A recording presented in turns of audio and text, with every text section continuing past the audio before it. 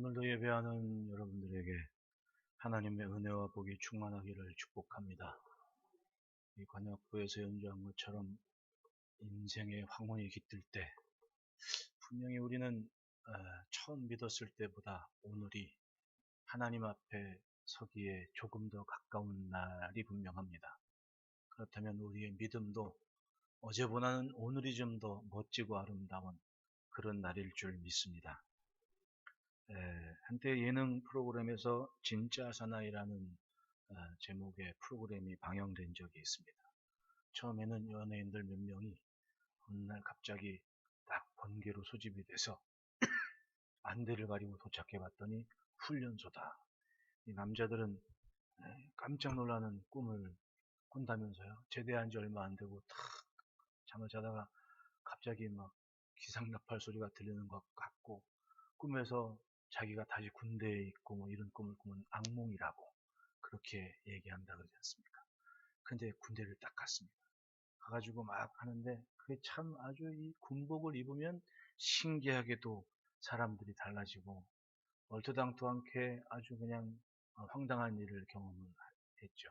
근데 그걸 보고 이제 어떤 여성 연예인들, 방송인들을 또 모아가지고 그 하사관 훈련소에 또 입소를 해가지고 훈련을 받는 걸 봤습니다. 근데 거기에 남편이 자기 아내가 이제 그 방송차 입소할 때 편지를 쓴 거를 제가 그 편지를 아직도 제가 기억을 해요. 어쩌면 그렇게 정확히 묘사를 했는지. 편지 내용은 이랬습니다. 처음에는 뭘 해도 잘못했다고 하고 열심히 해도 틀렸다고 하고 실컷 뛰었는데 또 뛰라고 하고 익숙하지 않은 것 투성이일 것이고 그것이 군대다. 이렇게 아주 참 한 문장에 그 상황을 그대로 참 잘 담았다고 생각을 합니다. 군대에 딱 입대했을 때 얼마나 처음과는 정말 다른 그 환경에 적응 못하는 사람들도 있었거든요. 저도 훈련소에 처음 딱 들어갔을 때 군대에 적응을 못해가지고 밤중에 새벽 2시에 사람이 없어졌다 그래가지고 그 2월달 그 얼음 덩어리 내는 밤중에 새벽 2시에 나와가지고 전체 부대원들은 목봉 있잖아요. 왜 두꺼운 통나무. 그것도 팬티바람으로 한겨울에. 나는 새벽 2시에 내가 지금 이걸 뭐 하고 있는 건가? 그러면서 진돗개를 맞으면서 뜬금없이 나중에 알고 봤더니 애가 하나가 없어진 겁니다. 새벽 2시에. 걔 막 부대가 난리가 나갖고 찾아봤습니다. 찾아봤더니 저 화장실 구석에서 울고 있는 거예요. 집에 가고 싶다고. 여러분 상상이 안 되시죠? 근데 저희 때도 그런 좀 심약한 친구가 있어가지고 그랬다니까요. 집에 가고 싶다고. 그게 군대예요. 있고 싶지 않아. 근데 남자들 얘기하면 군대 얘기가 꼭 빠지지 않는 이유가 저는 그렇다고 생각을 합니다. 어쨌든 그 시간에 남들이 버티는 것만큼은 버텼거든요. 집에 가고 싶지 안 가고 싶겠습니까? 근데 그걸 참고 옆에서 참고 있으니까 어찌어찌 같이 참는 거예요. 참다 보니까 시간이 후떡 지나가고 대한민국 국방의 의미를 다 감당하는 군인이 된 거죠. 우리가 예수를 믿고 처음에 저는 그와 같다고 생각을 해요. 익숙하지 않은 것들 때문에 참 당황스러울 때가 종종 있습니다. 요 아래 우리 교회차 뭐 벌써 제가 그 친구 안 게 처음 그 정비공으로 들어왔을 때부터 알았거든요. 근데 어느덧 과장이 된 친구인데 그런 얘기를 해요. 사장님 전도 받고 자기가 교회를 갔다고 그러냐고. 근데 너무 못 있겠다고. 그래서 뭐가 그렇게 못 있겠는데 그랬더니 저 가자마자요 막 저 여자분들이 저한테 형제님 그래가지고 그 형제님 소리가 막 간지러워가지고 도저히 못 있겠더라고. 그리고 뛰쳐나왔다 그런 얘기를 해요. 익숙하지 않죠. 익숙하지 않으니까 그런 거예요. 여러분 그런데 한번 생각해 보십시오. 우리가 하나님의 말씀과 하나님께서 원하시는 뜻을 듣는데 그것이 낯설고 익숙하지 않다는 이야기는 그만큼 우리는 그것이 없었던 시간에 내 맘대로 살아왔다는 거예요. 그리고 세상에 즉 편한 것들에 몸에 인박여 있기 때문에 교회에서 하나님의 말씀을 들을 때 이 모든 것들이 익숙하지 않게 들려지게 되는 겁니다. 안 그렇습니까? 바꿔 얘기하면 그만큼 우리는 내 마음대로 살아왔다는 얘기입니다. 우리는 하나님의 말씀을 알고 믿은 순간부터 세상과 다른 삶에 이미 섰음을 우리 스스로가 인정하고 인식을 해야 됩니다. 그것 때문에 서로 생명의 위협을 느낄지라도 내가 한번 붙잡은 말씀은 놓치지 않고 가야겠다는 자기 인식이 없으면 하나님과 가까워질 수도 없는 그런 애매한 위치에 있을 수밖에 없는 거예요. 예, 여러분 바리새인들 보십시오. 듣는 것 많고 배운 것 많아가지고는 자기들이 유대 전통을 이어가는 종교인들이라고 자부하고 살았습니다. 그런데 예수님 왔을 때 세례 요한에게는 또 예수님께는 독사의 자식이라 얘기 들었고 너희 아비는 사탄이다 라는 소리까지 들어야 했지 않습니까? 이유가 뭘까요? 들었지만 믿었지만 자기 인식이 부족했습니다. 진짜 하나님이 원하시는 것이 무엇이고 하나님과 가까운 모습이 무엇인지 고민해 보지를 않았고 신앙생활이 익숙해진 순간 그것이 전부이고 이 전통이 우리의 생명이라고 고집하다 보니 진짜 하나님의 마음이 뭔지를 모르는 거예요. 여러분 사도 바울의 청년 때의 모습 보십시오. 다메섹 도상에서 예수님을 만났습니다. 정말 깜짝 놀랐습니다. 자기 스스로는 유대인 중에 유대인이고 바리새인 중에 바리새인이었습니다. 학식, 이 종교적인 학문 역시도 자부심이 있었습니다. 자기 선생님이 교법사 가말리엘이 있거든요. 대단한 사람 아닙니까? 그런데 예수님을 만나는 순간 깨달았습니다. 이게 완전히 그동안 똥같이 살았구나. 배설물이구나 이거. 아무것도 아니었네. 왜? 내가 그렇게 자부했던 모든 것이 하나님의 뜻과 마음에서는 전혀 상관이 없는 종교인의 삶이었던 걸 깨달았지 않습니까? 그 순간 청년 사울의 마음에 불꽃이 튀어서 예수님을 놓치지 않고 그 마음은 놓치지 않겠다고 작심을 하고 변화됐더니 누가 제일 배 아파했습니까? 그 종교인들이 제일 배 아파하지 않습니까? 그리고 자기들끼리 당을 지었습니다. 사도행전 23장의 말씀을 보면 거기서 유대인들이 당을 지어 맹세를 했습니다. 내가 바울을 죽이기 전까지는 먹지도 않고 마시지도 않겠다. 그리고 자기들끼리 작전을 짜서 어떻게든 사도 바울을 공회로만 배우고 데리고 와라. 천부장한테 작전을 짜가지고 딱 데리고 오는 루트를 우리에게 알려주면 우리가 나타나가지고 사도 바울을 죽이겠다. 이렇게 작전까지 짜온 거예요. 다시 말하면 사울이라는 청년이 종교인의 삶이 아니라 진짜 하나님의 마음을 깨달은 순간 그 말씀을 붙잡고 자기 인식이 분명했습니다. 내가 죽을 때까지 예수님 말씀은 놓치지 않겠다. 그리고 자기를 죽이려는 사람들이 그렇게 당을 지어 수십 명이 몰려다녀도 눈 하나 깜빡 없이 죽으면 죽으리다 하고 그렇게 자기의 삶을 바치고 생명의 입을 넘어서는, 즉 예전 같으면 전혀 경험하지 않을 일을 기꺼이 감당하며 감수하며 살아낸 삶이 아닙니까? 왜? 주님의 마음을 알았고 뜻을 알았습니다. 그리고 어떻게든 버틴 겁니다. 어떻게든 견딘 겁니다. 예. 예루살렘으로 올라갈 때 그 선지자의 딸들이, 예언하는 딸들이 사도 바울 허리띠를 묶어가지고 자기 손발을 묶으면서 이 띠의 주인은 이렇게 될 거라고. 그러니까 제자들이 에베소에서 가지 말라고 말렸을 때 뭐라 그럽니까? 알아도 간다.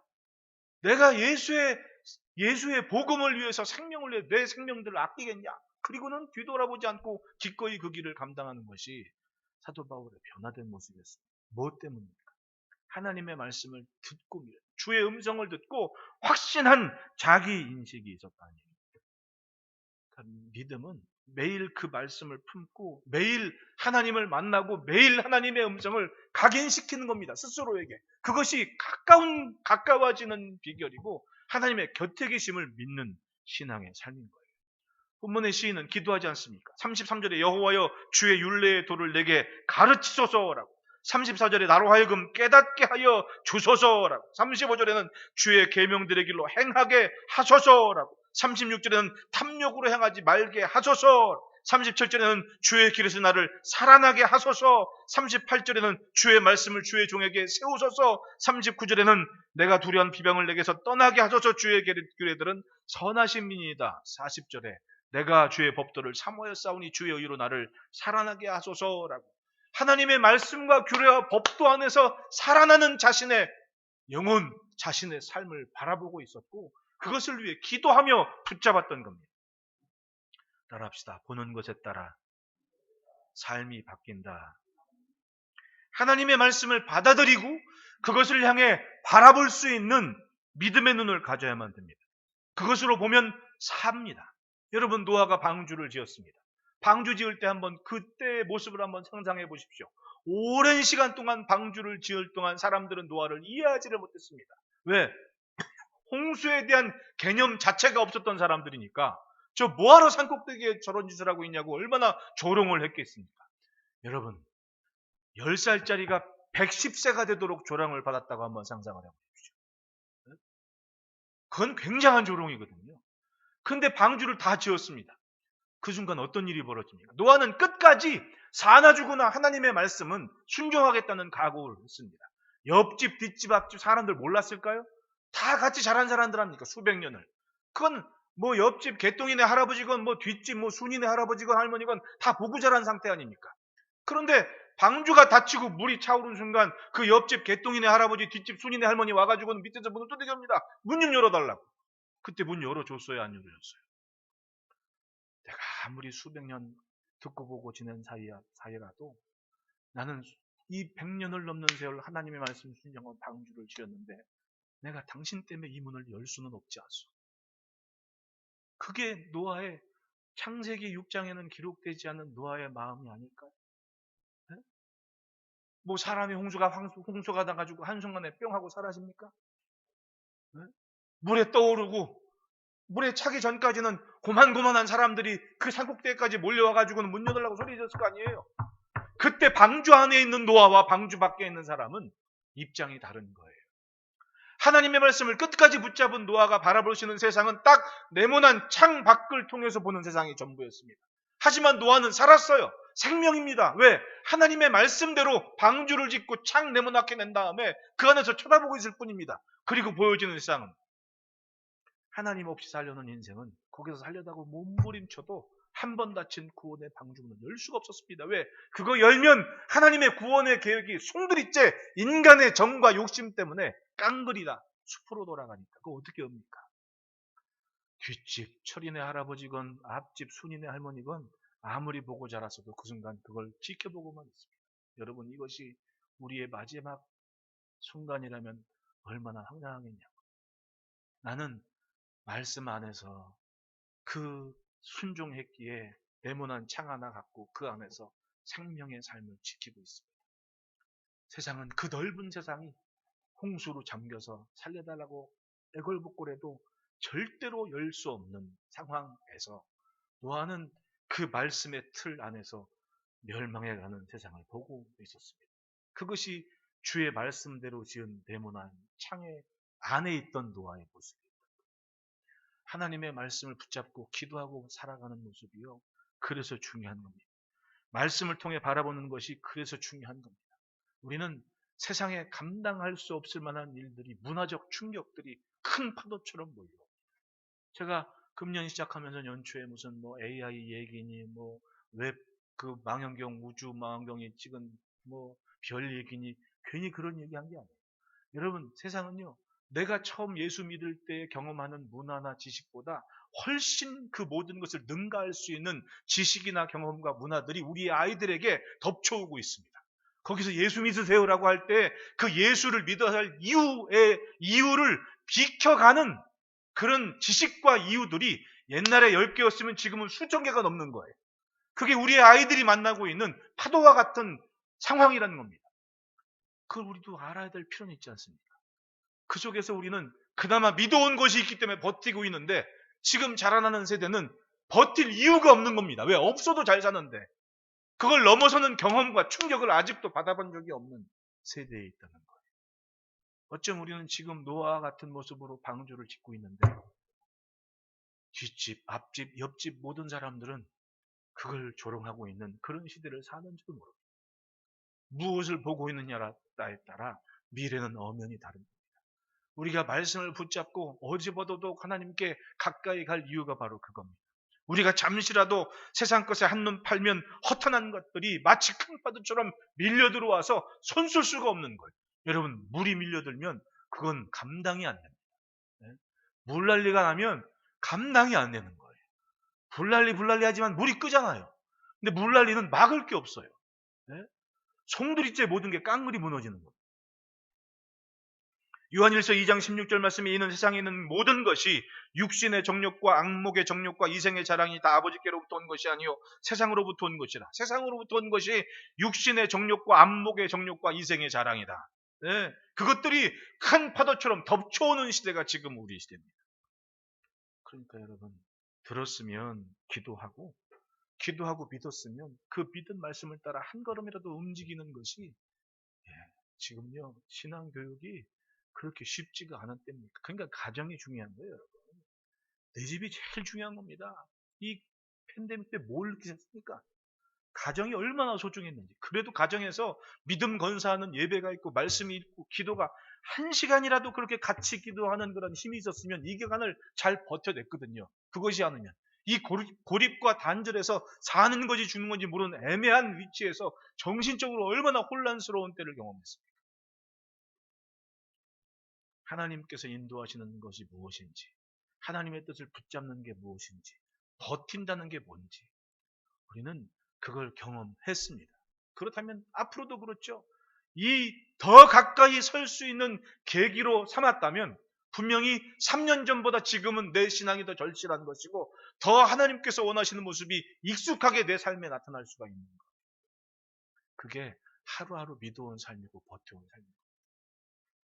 우리 김기욱 선교사가 지난 주간에 우리 사무실에 왔길래 월요일날 귀국을 해서 이제 왔어요. 와가지고는 저한테 선물 하나를 이렇게 줘요.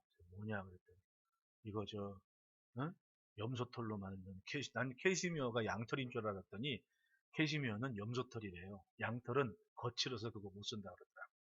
1년에 한번 봄쯤 되면 염소가 그 털 사이에 염소털 솜털 같은 게 막 자라는데 그걸 이렇게 긁어낸대요. 그럼 그게 아주 그냥 진짜 아주 보들보들하고 그게 연한데 그걸 이제 실로 만들어서 짠 게 캐시미어라 그러더라고. 그 귀한 거를 가져왔어요. 그래가지고 왜 그런 걸 가져오냐고. 근데 가져왔는데 이걸 그 즉시에서 막 뜯어 자기가 빨리 입으라고 해서 왜 그랬더니 이거 이렇게 안 하면 당신 분명히 또 딴 사람 줄 거라고 그러면서 내가 들어오면 누구 주고 막 이랬더니 이 친구가 이건 꼭 입으라고 그냥 지가 막 뜯어가지고 입힌 거야. 아, 좋긴 좋대. 벌써 한 3번은 가져왔었는데 내가 누구 입으시라고 입으시라고 줬는데 입으니까 와, 이거 아주 그냥 뭐 깃털같이 그렇게 있는데 따뜻하더라고. 아주 이게 좋다 내가 그랬더니. 근데 그 친구가 좀 좌충우돌하지만은 벌써 그 친구가 몽골에서 20년 동안 있다가 총회에서 뭘 보내준다고 선물을 금열쇠를 이만한 걸 받았더라고. 벌써 20년이 지났고. 근데 그런 생각을 해봤습니다. 2002년도에 처음에 몽골 간다 그랬을 때 진짜 아무것도 준비가 안 돼가지고 친구 한 10명 교회 10교회들이 모여가지고 십시일반 모여가지고 보태가지고 보냈었거든요. 그게 죽으러 하나 거기선 몽골 사람인 거야. 그리고는 버텨낸 겁니다. 그동안 얼마나 많은 게 변했는지. 근데 세월이 변한 만큼 그 친구는 세월이 그렇게 변했는데도 그때나 지금이나 그냥 그 모습 그대로인 것 같아요. 뭐 욕심도 별로 없고 철없는 것도 똑같고 내가 보기에는. 그래가지고 참 근데 보니까 남은 게 아무것도 없어. 남긴 게. 네? 그래서 저한테 그러네. 이 목사 나 이러고 있으면 안 되겠어. 뭐가 했더니 애는 크고 남은 게 없어. 그래서 나 아무래도 몽골에 집은 하나 만들어야 할 것 같아. 그래갖고 몽골에 집이 얼마인데 한 3천만 원 모았거든. 3천만 원이면 집을 산대 지금. 그때 생각하니까 그래도 아직은 그 몽골에 3천만 원이면 뭘 사는데 그랬더니 방 한 칸, 화장실 한 칸, 우리로 얘기하면 원룸 같은 거지. 그거 하나 마련한다 그러더라고. 그렇구나. 그럼 또 돌아봤죠. 진짜 이 양반은 가만히 보니 이 친구만이 아니라 선교사님들은 다 그럴 거 아니에요. 선교사님들 20년 전, 30년 전, 10년 전 나갈 때 물가하고 지금 물가하고 그거는 어마무시하게 차이가 나잖아요. 지금. 왜냐면 우리는 지금도 엄청 변하고 있거든요. 엄청 변하기 때문에 문제도 많고 탈도 많아. 아직 싱싱해서 그래. 이게 원숙한 단계 가면 별 문제가 없어져요. 사회가 그냥 사는 듯 마는 듯 어제나 우리는 그렇게 사지. 근데 우리는 아직 젊고 팽팽하니까 난리가 나. 매일매일 뉴스가 아주 생동감이 나. 아주 그냥 젊어서 그렇거든. 이 양반들이 돌아보니까 남은 건 없고 진짜 말씀 붙잡고 산다는 게 이런 거구나. 그런 생각이 들었어요. 20년 됐다니까 내가 선교부장님한테 문자를 보냈죠. 우리도 선물 좀 하나 합시다. 선물 좀 하나 합시다. 그래서 내가 지난 주간에 세미나 우리 교단 그 노예 목사님 그 세미나 뒷자리에 가서 이렇게 앉아 있었는데 수천 명 모이는 목사도 똑같은 얘기 하더라고요. 목사들도 때를 따라 내면의 치유가 필요하다. 그 내면의 치유가 뭔지 아세요? 금융치료래, 금융치료. 금융치료하니까 어렵죠? 가끔 집사님들이, 권사님들이 봉투에 돈 넣어가지고 용돈 주는 게 치료라는 거야. 아닌 것 같죠? 목사들이 최영 장군은 아니거든. 그러니까 그런 거 있으면 선교지에 갔을 때 그래도 목사들은요. 그래도 목사는 목사인 거예요. 그렇게 그냥 들어오는 돈은 자기 주머니로 갈 수가 없더라고. 그런 게 딱 가는 거예요. 어디로. 그게 선교지에 갔을 때 그래도 권사님들이 지난번에도 봉투를 줘가지고 가서 주니까 그 사람들은요. 제가 얘기했잖아요. 이 양반들은 그 순간에 목사가 아니라 조국이 나를 버리지 않았다고 생각한다니까. 나는 그게 웃자고는 얘기인데 생각해보니 그런 거예요. 이 사람들은 가끔씩 목사님들 와가지고 자기한테 용돈 주는 게 조국이 나를 기억하고 있다고 생각하더라는 거예요. 난 그거 중국에서부터 들은 얘기예요. 근데 보편적으로 선교사님들이 그런 마음을 갖더라고요. 신나는 거야. 거기에 뭐 100만 원이 들었건 뭐 200만 원이 들었건 그걸 받으면 마음이 좋고 신나는 거야. 뭔가 자기가 외롭지 않구나. 이게 고립된 세월이 아니었구나. 언젠가 기도하는 것들이 이렇게 만나게 되는구나. 이런 경험을 한다는 거지. 사람 사는 거는요. 어차피 다 똑같은 거예요. 그 사는 어간에 편하고 좋은 거 싫은 사람이 있습니까? 다 좋아해요. 하지만 먼저 중요한 하나님의 말씀을 붙잡은 그 길을 절대로 이것만큼은 내가 다른 것은 양보하지 않겠다는 각오가 있으니까 남들과는 다른 육신의 정욕과 안목의 정욕과 이생의 자랑에 포로되지 않고 잡히지 않고 자기의 길을 지켜갈 수가 있습니다. 듣고 기도하며 믿음의 눈으로 보는 것을 우리는 따라갑니다. 그래서 우리가 지금 이 시간에도 예배를 드리고 있는 거 아니에요. 얼마나 신나는 일이 많습니까? 밖에 나가면. 네? 솔직히 밖에 나가면 신나는 일이 많아요? 안 많아요? 우리 청년 여러분. 우리 예비역 병장이신 유재준군. 밖에 나가면 신나는 일이 많아가지고 내가 오늘 무척 피곤하니까 말 시키지 마십시오. 주여 이러고 아바지 이러면서 지금 사람 사는 게 다 똑같다니까요, 여러분. 다 똑같은 거예요. 다 똑같은 거. 재밌고 신나는 일이 많거든요. 그 어간에 다른 걸 다 구별해서 내가 하나님 말씀을 붙잡습니다라고 매달리는 것이 용기고 신앙이라는 얘기입니다. 그것이 본문에서 이야기하는 믿음의 모습인 거예요. 그럼 여러분 따라합시다. 나그네가 될지라도 말씀이 생명이다. 19절에 나는 땅에서 나그네가 되어 싸우니 주의 계명들을 내게 숨기지 마소서라고 기도를 합니다. 자기의 정체성을 나그네, 우리가 하나님 말씀을 알고 믿고 그렇게 살기로 다짐하고 다짐한 대로 살기 시작한 순간부터 나그네 삶인 것을 작정을 해야 됩니다. 아브라함 보십시오. 해축속의 땅에 이르면서 자기는 고백하지 않습니까? 나는 당신들 중에 나그네요 거류하는 자다. 왜? 어차피 하나님께 주시겠다고 약속하신 땅에 왔습니다. 그래도 자기의 신분과 처지는 나그네요 거류하는 자라는 얘기입니다. 하나님의 말씀이면 언제든지 가라면 가고 오라면 오고 여기면 여기 저기면 저기 말씀이 자기의 기준이기 때문에 자기의 정체성을 찾았습니다. 나는 이 땅의 나그네다. 아브라함이 가진 것이 없는 사람이었어요? 아니면 부자였어요? 엄청난 규모의 부자였지 않습니까? 목동 기본으로 318명을 먹이려면 하루 양식이 얼마인데 그걸 건사하는 부족을 이루는 부족장이 아브라함이었다면 대단한 양반이었거든요.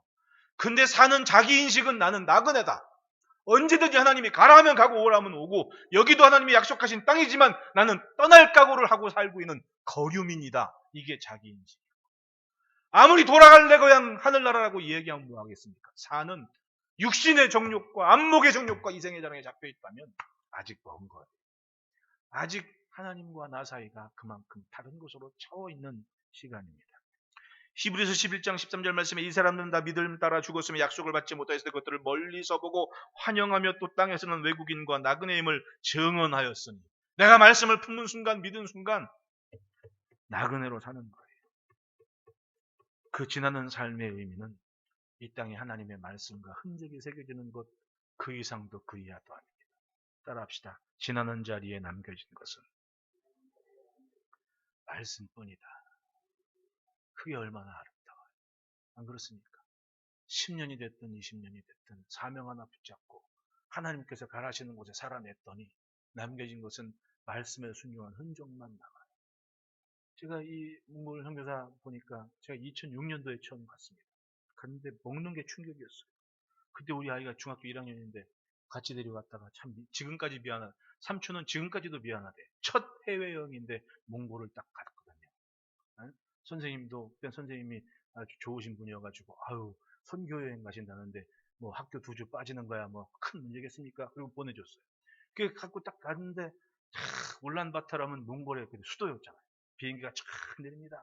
그랬더니 밑에서 반짝반짝이던 대단히 환경이 좋은 줄 알았더니 나중에 보니까 가까이 가보니까 그 반짝이는 게 양철 지붕에 햇살이 비쳐가지고 반짝이는 거였어요. 그러니까 그 동네는 아직도 양철 지붕이었던 거야. 수도 울란바토르가. 그 차를 타고 막 탁 하고 가고 있는데 저 언덕 아래 한 그 양철 지붕 하는 마을에서 청자켓 입은 아주머니가 남자를 두들겨 패고 있는 거야. 막 발길질을 하고 남자는 막 도망가는 거야. 그래갖고 김정교사 저거 뭔 모습이었더니 이 동네 남자는 맞고 살아 그러더라고. 야 그게 몽골의 처음 모습이었고 애가 그걸 처음 봤던 이 충격적인 모습인 거야. 예? 그래서 밥은 먹어야 될까 이제 배고프니까 밥 좀 먹자고 식당에 딱 들어가는데 양기름 스프를 처음 먹이는 거야. 딱 스프, 토마토 스프 갔는데 딱 먹어보니까 양기름 있잖아요. 양고기 요즘 우리나라 잘합니다. 근데 그때는 왜 그런지 그 이름이 이거 이름이 뭐예요 도대체 했더니 이름이 너거테래. 딱 너거테가 녹았다 그러면서 내가, 그걸 딱 먹은 다음부터 내가 다시는 몽골에 안 온다. 그러고는 안 갔거든요. 아니, 그런 열악한 환경입니다. 지금은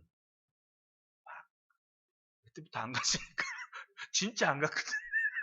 근데 몇 년 전에 런닝맨인가 그 예능 프로에서 보니까 울란바토르 딱 나오는데 어우 동네가 그렇게 바뀌었어요. 막 아파트 단지들 막 쫙쫙 서 있고 막 아스팔트 길 쫙 서 있고 저 처음 갔을 때는 그 동네 사람들이 운전을 말 타듯이 해. 차선이 있는데 차선은 무슨 그냥 말 타듯이 이리 왔다 저리 갔다 눈앞에 막 멋져 왔다 갔다 거려. 마주오는 차들이. 그걸 걸핏하다가 안녕하세요 하니까 그 정도였는데 지금은 아닌가 봐. 근데 그 세월을 거기서 버틴 거지. 근데 목회하는 마음도 속상했을 것 같아. 그렇게 말 타듯이 운전하는 아무것도 없는 이리 봐도 저리 봐도 양철 지붕에 없는 것 때는 애고 어른이고 교회에서 뭐 한다 그러면 다 몰려왔대. 요즘은 어떤데 그랬더니 이제 막 거기도 막 건설붐이 일어가지고 막 집 짓는 사람들이 뭐 한 3분의 1은 원가고 나머지 3분의 1은 집은 다 남는데 여기저기 집 지고 난리래. 그게 벌써 몇 년 전, 10년 전 얘기니까 여러분 우리 좀 건설 현장 가보시죠. 몽골 분들 많아. 몽골 분들이 자기 봉고차 가지고 일꾼들 태워. 왜냐하면 우리나라 사람들이 그런 험한 일을 안 한다 그러니까 그 양반들이 들어와서 집 짓는데 그렇게 다 하고 그런대요. 용역들을 와서. 그만큼 그 사람들이 경험을 쌓았다는 거 아니야. 자기네 동네에서. 그러니까 갑자기 돈이 막 벌리고 막 그러니까 청년들이니 어른들이니 교회를 안 온다는 거야. 그러니까 여나 저기나 똑같아. 돈 좀 벌고 살만하면 자기가 이제까지 생명처럼 그렇게 여겼던 것이 진짜인지 가짜인지 딱 드러나는 거야. 그러니까 어떻게 해서 지금 그 허탄한 마음이 오죽하겠냐고. 아니 여기에 그렇게 이렇게 부흥하고 뜨거운 마음 가지고 좋은 사람들 많은 교회에서 목회하는 나도 주일날 예배 마치고 휙 가버리면 오는 거는 한 텀이 한 40분이면 갈 때는 5분이더만 여기 딱 빠져나가는데 5분이면 썰렁해지거든. 그러면 나도 딱 이렇게 진짜 마음이 좀 허하네 이러고 지내거든요. 뭐 1년 내내 뭐 팬데믹 때문에 말할 것도 없고.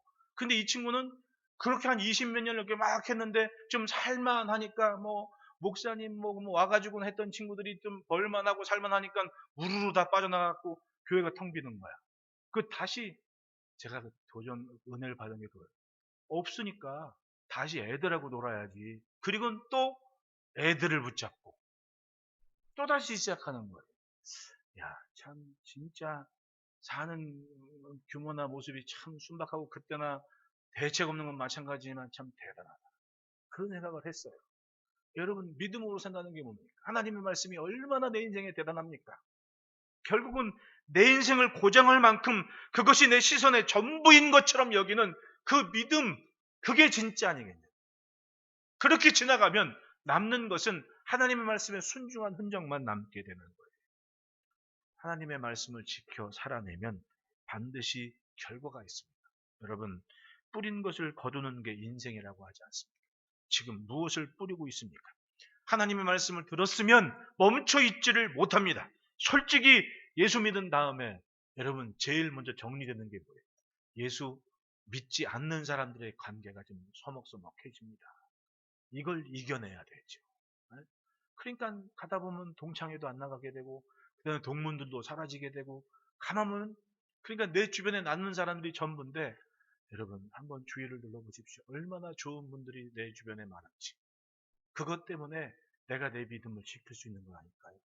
근데 내가 정말 다급할 때, 내가 정말 황당한 일을 만났을 때, 내 주변에 딱 바라봤을 때, 지금 내 곁에 있는 분들이 아닌 다른 세상 사람들이 있을 경우에 내 마음이 얼마나 혼란스럽겠냐.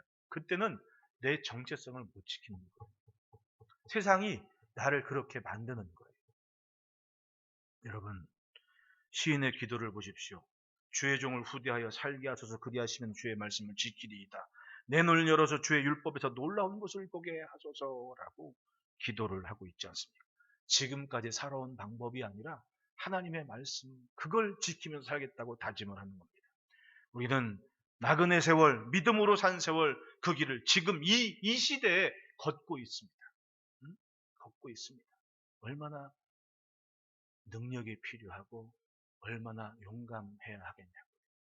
여러분, 하나님의 말씀 안에서 그 말씀을 생명 삼아 내가 나그네가 될지라도 이 생명은 놓치지 않겠습니다 하는 그 각오로 삽시다. 둘째로 따라합시다. 말씀의 능력으로 인생을 살아나게 하신다. 25절 말씀 보면 내 영혼이 진토에 붙어 싸우니 주의 말씀대로 나를 살아나게 하소서라고. 하나님은 주님의 말씀을 붙잡은 인생을 절대로 놓지 않으십니다. 여러분, 믿지 않는 사람들이 많은 직장이나 또한 홀로 믿은 가정에서는 그런 경험을 많이 하지 않습니까? 저도 처음에 예수 믿었을 때 저희 어머니께서 예수를 믿기 전이니까 저희는 이제 이렇게 뭐 명절이 되면 수원에 할아버지 묘소에 식구들이, 외갓집 식구들이 많이 모여서 거기 갈 때는 또 다 모여가지고 같이 1호선 전철 타고 갔거든요. 어릴 적부터 지금도 전철 타면 똑같더만. 인천 가는 전철은 막 수시로 와. 막 수원 가는 열차는 한 10대 지나가야 한다고 하더라고. 요즘도 큰 차이 없는 것 같아. 난 그렇게 해도 동인천, 인천 뭐 저쪽 그러는데 수원 가는 건 5대 지나가도 안 와. 야, 수원이 아주 차별을 받는 동네구나. 지금은 그런지 아닌지 모르겠지만은 수원이 많이 달라지긴 달라졌더라고. 근데 갔다 보면 왜 그 영화에서 보면 그 무슨 뭐 나무들 막 쫙 서 있잖아요. 뭐 사이프러스 나무인지 뭐 그 이태리 가면 뭐 무슨 피렌체 그 있다며 거기 뭐 토스카니인지 뭐니 토스카니인지 거긴 한번 가보고 싶더라고. 그 영화에서 뭐 글래디에이터에서 막 거기 막 쫙 가는 맛인데 나는 그거를 저 어릴 적에 그 수원의 오목내에서 체험했거든요. 그 동네 이름이 오목내인데 그 플라타나스 나무가 옥장길에 쫙 아마 내가 그때 어렸을 때 키를 보니까 한 몇 미터 높은 게 그냥 쫙 있어가지고 그 사이로 뛰어갔던 그 비포장 도로여가지고 버스가 한번 지나가면 막 그 사이로 막 먼지가 막 쫙 오는 그런 동네에 살았었거든요. 예수를 믿는다고 그 외갓집 식구들 다 모였는데 내가 절을 하면 안 되잖아요. 네? 예수를 믿었는데 어떻게 무덤에다 대고 절을 할 수 있겠습니까? 딱 버텼다가 큰 의사님한테 뺨을 엄청 세게 맞았습니다. 어찌나 서럽던지 그때 내가 여기서 울면 지는 거다. 순교적 각오를 하고 내가 울지 말아야지.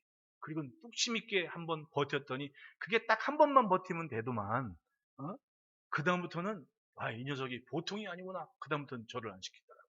그건 학생 때 처음 넘었던 예수를 믿으면요. 예수 안 믿는 사람들과의 부딪히면서 별걸 다 넘어가야 됩니다. 왜냐하면 세상 사람들은 그렇게 했기 때문에 잘 살았다고 생각을 하거든요. 우리는 그게 아니라고. 진짜는 내가 하나님의 말씀을 받았고 능력으로 삼았기 때문에 내가 지금 잘 될 거고 잘 될 거라고는 각오가 지금 섰기 때문에, 저들이 모르는 길에 있기 때문에, 내가 핍박과 어려움은 있어도 이게 생명이라고 지키는 각오만 있으면, 그러면 나는 사는 거예요. 그것이 곧 능력 있는 삶이 됩니다. 예수님 말씀하셨습니다. 생명이 되는 길은 좁은 길이다. 좁고 협착해서 찾는 사람이 없다. 우린 지금 그 길을 이렇게 아무렇지도 않게 걷고 있는 거예요. 마주보고 인사합시다. 잘하고 있습니다. 그렇습니다. 하나님의 말씀대로 살기에 세상은 너무 빠릅니다. 그것에 비하면 믿은 대로 사는 사람들은 더디고 답답한 일이 참 많아요. 참 많아요. 왜냐하면 세상은 지금 우주를 이야기하고 AI를 얘기하고, 보십시오. 두고 보십시오. 이제 사람들이 얼마나 자기 닮은 AI 하나는 다 데리고 다닐 때가 됐다니까요. 사람이 기억력이 없으면 아무것도 아니잖아요. 이제는 걱정하지 않아도 돼. 지난 시간에 얘기했지만은 내 줄기세포 하나 잘 해가지고 어디다 잘 기운 다음에 내가 혹시나 신체나 뇌에 문제가 있으면 냅둬요. 그냥 피곤해서 그런 걸 어떻게, 사랑하시는 자에게 잠을 주시는 거지. 다 그럴 때가 있고 저럴 때가 있는 거요. 그러면 내 뇌를 이렇게 탁 잘라가지고 다 이식을 하면 나는 그냥 멀쩡해지는 거야. 그리고 어디 컴퓨터에 딱 메모리 칩에다가 내가 살아가면서 일기 쓴 거 뭐 한 걸 딱 저장해 놓으면, 내가 뇌 수술을 딱 받는데 그걸 딱 입력을 하면 그게 된다니까요. 지난번에 신문에 또 난 얘기야. 난 너무 신문을 좋아해. 유발 하랄이라는 작가가, 이 사람은 근자에 있는 교육 철학가 중에서 노벨상을 받은, 그리고 인지도가 굉장한 그런 역사학자거든요. 뭐 무신론자이고 뭐 이런 거, 하여튼 읽을 만한 책은 읽을 만한 책이야. 그 사람 책은 하여튼 역사가 정리가 되니까. 어쨌든 기준만 분명하면 나는 봐도 문제는 없다고 봐요. 근데 이 사람이 자기 책을 딱 쓴 책을, 그 사피엔스라는 책을 딱 AI에 다 입력을 했어. 그리고 다른 책을 쓰는데 거기에 대한 서문을 AI한테 작성을 하라고 시켰어. 그러니까 AI, 이 컴퓨터 로봇가 그 유발 하랄리의 문체와 사용한 단어와 문장들을 잘 이렇게 버무려 가지고 서문을 딱 썼는데, 유발 하랄, 그러니까 원 작가인 자기가 봐도 너무 자기랑 똑같은 거야. 깜짝 놀란 거지. 지금 서문 몇 장 쓴 것 같고 놀랐는데, 그렇다면 지금 앞으로 향후 이 발전 속도라면 2년, 3년 후에 이제 AI 작가가 나옵니다. 수필, 뭐 그림 나올까요? 안 나올까요? 벌써 나오고 있어요. 요즘 뭐 LG 냉장고 선전할 때 그거 AI잖아요. 그런 애들이 막 나오는 거야, 이제는. 그러면 회사나 이런 사람들은 인건비 줄인다고 쓰고, 사람들은 나 편하다고 쓰고, 그러면 진짜로 이제는 사람의 생명이나 건강에 대한 그 기준이 달라지는 겁니다, 이제는. 이게 가능하면 내가 살아온 얘기를 이렇게 녹화를, 일기를 쓰듯 막 이렇게 딱 해가지고 컴퓨터에 딱 저장을 해놔. 내가 혹시나 뇌에 문제가 생겨서 기억을 상실하거나 뭔 문제가 있을 때 내 뇌세포, 줄기세포 하나 잘 양성하고 있는 뇌세포를 배양을 해놨다가 그 부분을 다 도려내고 이식을 시켜. 그 다음에 그 칩에 저장된 걸 내 뇌에다가 저장을 해요. 그러면 나잖아. 지금 뭔 얘기하나 싶지요? 이게 가능한 시대가 됐답니다. 근데 여기서 우리는 아직도 성경을 딱 가지고 예수가 생명인 예수를 믿으십시오라고 말할 수밖에 없는 게 우리의 입장인 거예요. 갈수록 전도하기도 힘들고 갈수록 이것이 생명입니다라는 것이 딱 노아의 시대와 똑같은 상황이 되는 겁니다. 근데 우리는 거기서 버티는 거예요. 그러니까 대단한 거예요. 앉아 있는 게 대단한, 나는 이 자리에 와서 앉아 있는 게 대단한 겁니다. 나 내년부터 그것 좀 한번 해보고 싶어요. 우리 가족들이 같이 같은 자리에서 예배를 하는 거예요. 다른 거 필요 없어요. 이제 가정이 제일 중요해. 이제 주구장창 가정 말고는 답이 없어. 이제는 뭐 아무리 모여서 부흥회하고 뭐하고 다 필요 없어. 이제는 내 가정이 똘똘하게 뭉쳐서 예수를 믿는 거예요. 내가 아무리 이목사 설교가 어렵다고, 이목사 설교는 어려운 게 뭐냐면 성경을 많이 읽은 사람이라 조금 알아듣지 처음 온 사람은 저 사람 뭔 얘기 할 수밖에 없는 나도 그래. 그런데 처음 온 사람한테 맞추다 보면 있는 사람이 성장은 절대로 못 커요. 어쩔 수 없이 다 데리고 못 가. 나머지는 다 집사님들, 권사님들이 얼르고 달려서 데려가야지. 어쩔 수가 없는 거거든. 일단 있는 사람들이 잘 돼야지. 나는 그렇게 생각하거든요. 그래도 애들이 앉아서 예배를 드릴 수 있으면 드리거든요. 난 앉아있는 게 은혜거든요. 내가 이렇게 시혜리를 받습니다. 몇 년째 지금. 잘하고 있잖아. 응? 잘하고 있잖아. 우리 교회에서 내가 아주 극렬한 팬을 하나 만들었습니다. 저 앞에 있는 세롬이. 얘는 목사님한테 뭔 일이 있으면 아주 얼굴이 울그락부르락하게 목사님 편이 돼버린 거야, 이제. 왜? 그건요, 제가 저 자리에 앉아서 말씀을 들었기 때문에 그런 거 아니에요.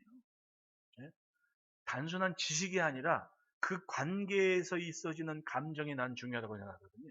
근데 그게 애들한테도 예배만 잘 드리고 앉아있으면 그게 쌓인다는 거예요. 네?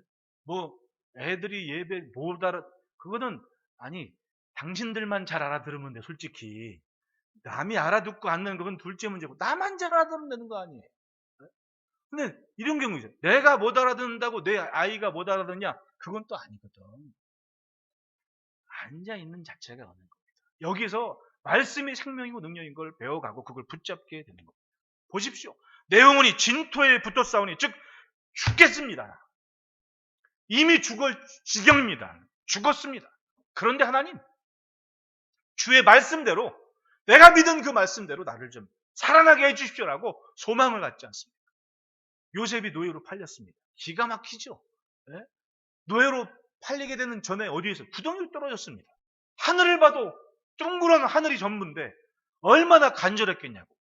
그래도 요셉은 하나님을 향한 중심을 포기하지 않고 죄수면 죄수, 노예면 노예, 절대로 양보하지 않은 하나의 공간이 있었습니다. 생각과 마음, 이것만큼은 하나님의 자리다.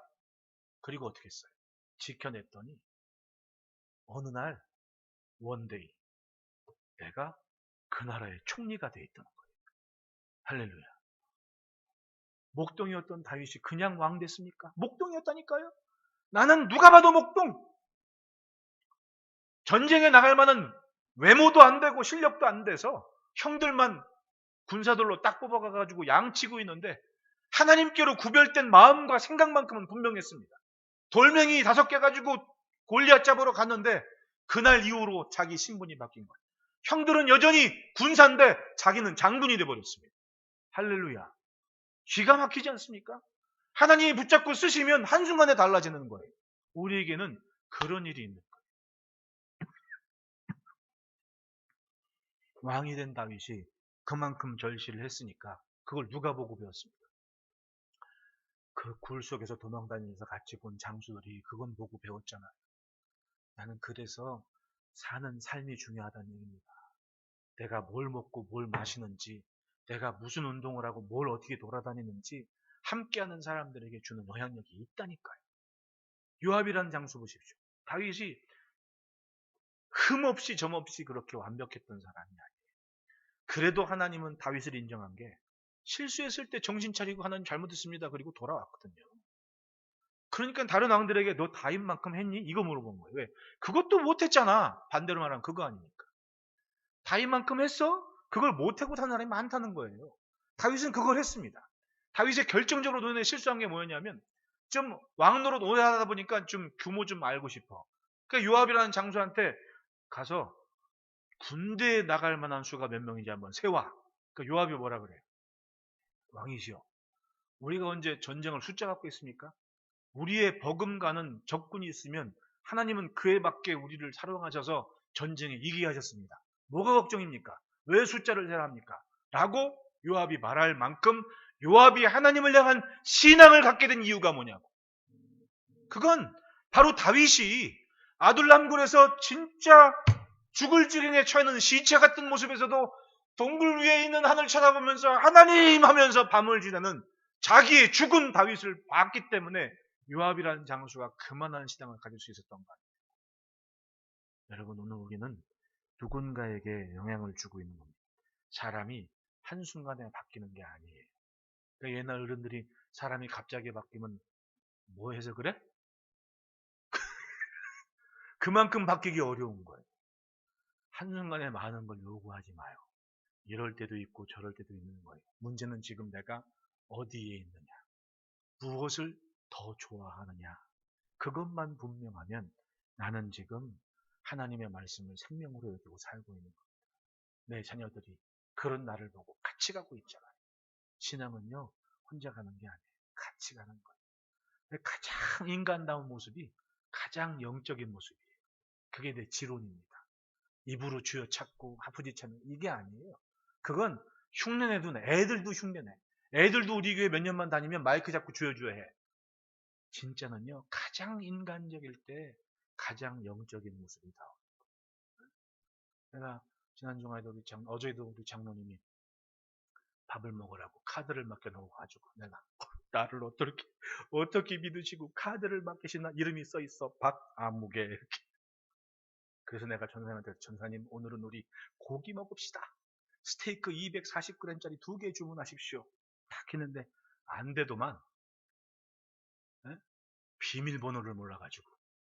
에이. 그래가지고 못 먹었잖아, 스테이크. 에이.